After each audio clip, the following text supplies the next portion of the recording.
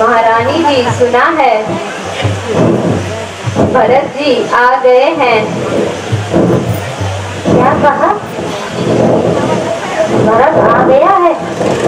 तो जा उसे मेरे पास बुला के ले आ, और आरती की थाली गाना ना बोलना। अरे सुना है कि नहीं? महारानी जी, आप भी तब तक संभल कर तैयार हो जाना।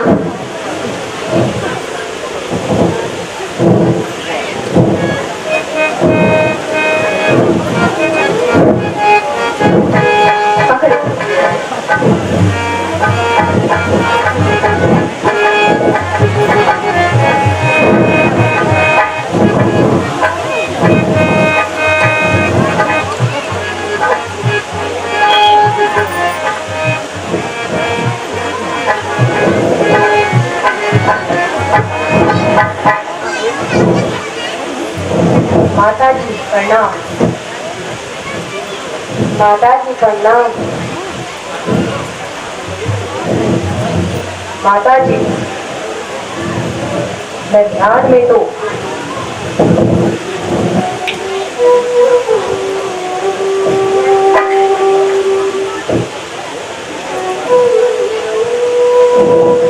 ननिहाल में तो सब कुशल है, किंतु पिताजी के दर्शन अभी तक नहीं हुए। बेटा, रास्ते की थकान दूर कर लो और जलपान कर लो। धीरे धीरे सब मालूम हो जाएगा। नहीं माँ, मेरी थकावट तो पिताजी के दर्शन मार्ग से ही दूर होगी। कहो, पिताजी कहाँ है?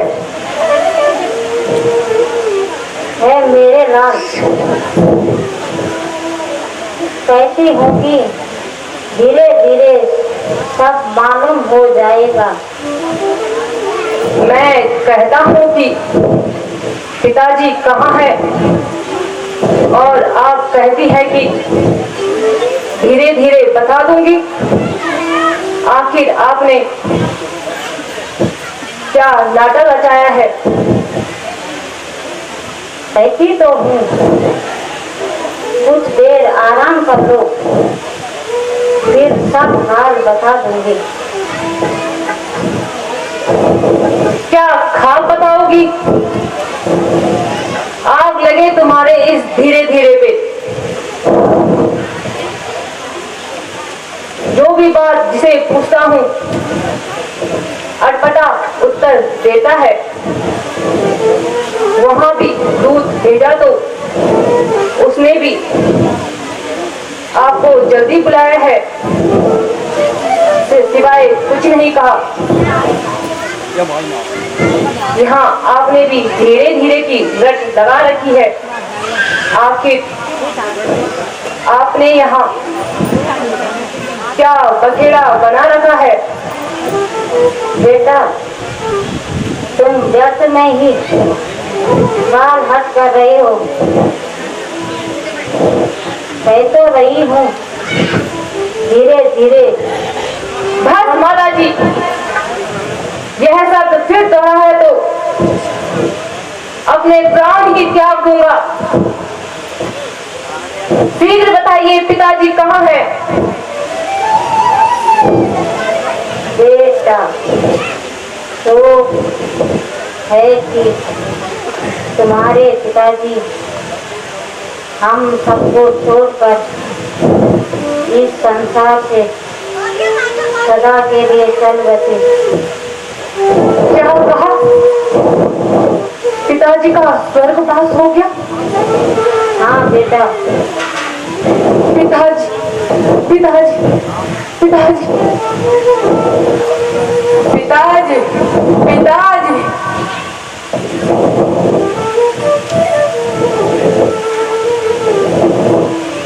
मैं अभागा अंतिम समय पर आपके दर्शन न कर पाया।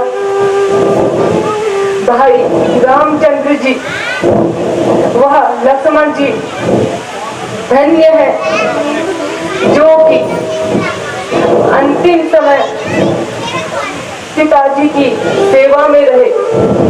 किंतु यह तो बताइए, उन्हें रोग क्या था?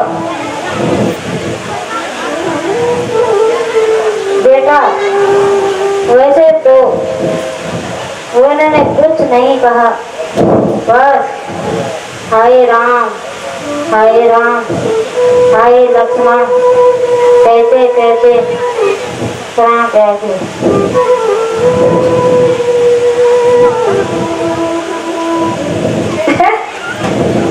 क्या कहा? भाई राम और लक्ष्मण पिताजी की सेवा में उपस्थित नहीं थे? हाँ बेटा, वे तो पहले ही वन चले गए थे। उनके वियोग में महाराज ने प्राण त्याग दिए और तुम्हें याद तक भी नहीं किया। हाय, ऐसा अनर्थ की चारों भाइयों में से अंतिम समय उनकी सेवा में कोई भी न रहा। भाई रामचंद्र तो कौन सा अपराध किया जो कि वह बन जाने को विवश हुए? माता जी की कृपा करके स्पष्ट समझाइए। मुझे दुख इस बात का है कि यहाँ इतना अंधेर होने पर भी मुझे कुछ नहीं बताया। बेटा, शोक को छोड़कर अब मेरी बातों पर ध्यान दो। महाराज ने तुम्हें तो मेहमान में भेज दिया और आपको तथा राम को राज्य देने का फैसला कर दिया। मुझे पूछा तक नहीं। अब तू ही बता मैं कैसे सहन कर सकती थी? भला हो बेचारी मंत्रा का, इसने कि मुझे मौके पर सचेत कर दिया। बस फिर मैंने दोनों पर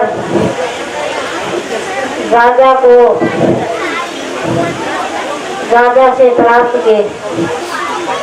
एक वर्ष से तुम्हें राज्य और दूसरे वर्ष से राम को 14 वर्ष का वनवास। अब शोक त्याग कर खुशी मनानी चाहिए। देख, मैंने ये सब कुछ तेरी भलाई के लिए किया। अब तुम राजकुमार नहीं, अयोध्या के राजा हो। हाँ, अब मालूम हुआ कि यह आग तूने लगाई है।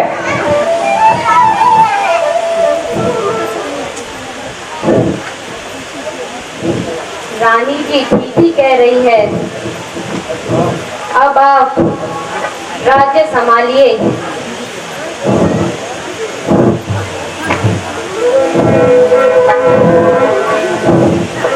अरे तू पापिन अरु चंडालिन, अरे तू पापिन अरु चंडालिन, है तू बड़ी बेबी।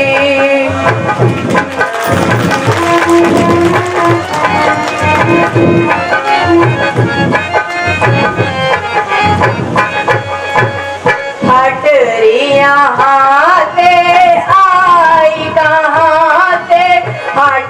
यहाँ से आई कहाँ से तेरे करूँ तो चीज।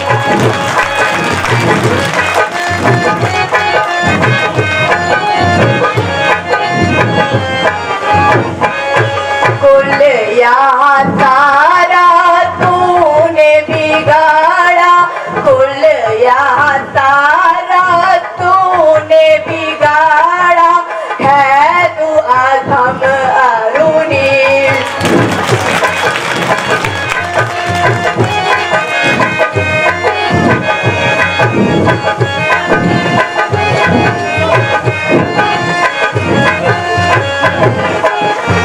तड़पत है हम सब कुलवासी, तड़पत है हम सब कुलवासी, रटे नाम रघुवीर।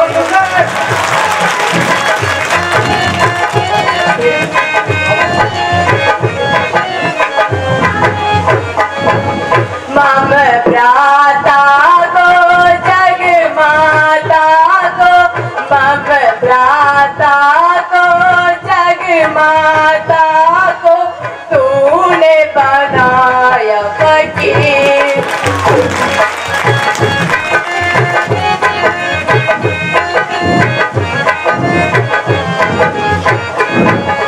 जगत की जननी सीता माता, जगत की जननी सीता माता, कहाँ लखन रघुवीर।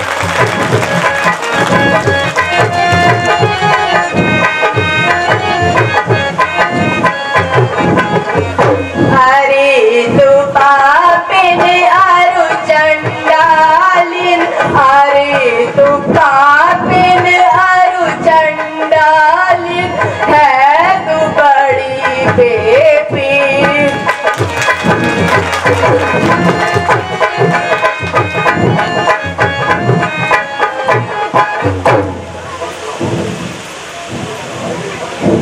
हाय रे मर गई, भलाई के बदले बुराई मिल गई।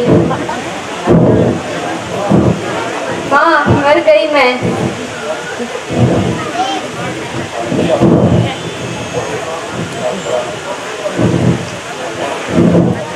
मेरे लाल अब अधिक न रो।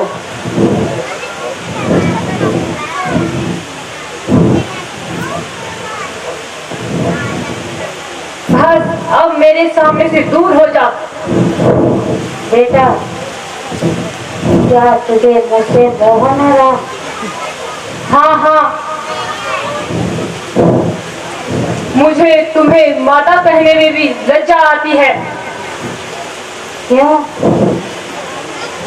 अब मेरी भलाई बदला लेने का। बदला? बदला वो मुझे तब मिलेगा ये कैसा विचार है? ताकि तुझे मालूम हो भाई राम जी के बिछोगा माँ कौशल्या के मन पर इतना मलाल है। बेटा मैंने तो तुम्हारी भलाई के लिए इतना कठिन कार्य किया। ओ दुष्टा, बेटा बेटा कहकर मेरे माथे पर कलंक का टीका ना लगा और मेरे कटे हुए घाव पर नमक न छिड़क। अरे ओ बेरहम, तूने पिताजी के प्राण लिए हैं। भ्राता राम जी के जैसे धर्मात्मा, सीता माता जैसी सतवंती और लक्ष्मण जैसे सच्चे भातृ सेवक को जंगल की ठोकरें खाने को घर से निकाला। क्या तुझे जरा सी भी शर्म ना आई? अब तेरी भलाई इसी में है। मेरी आंखों से सामने से दूर हो जा। मैं तेरी सूरत देखना भी पाप समझता हूँ। चलो शत्रुघ्न, जाकर उस दुखी माँ को देखें। चलिए भ्राता जी।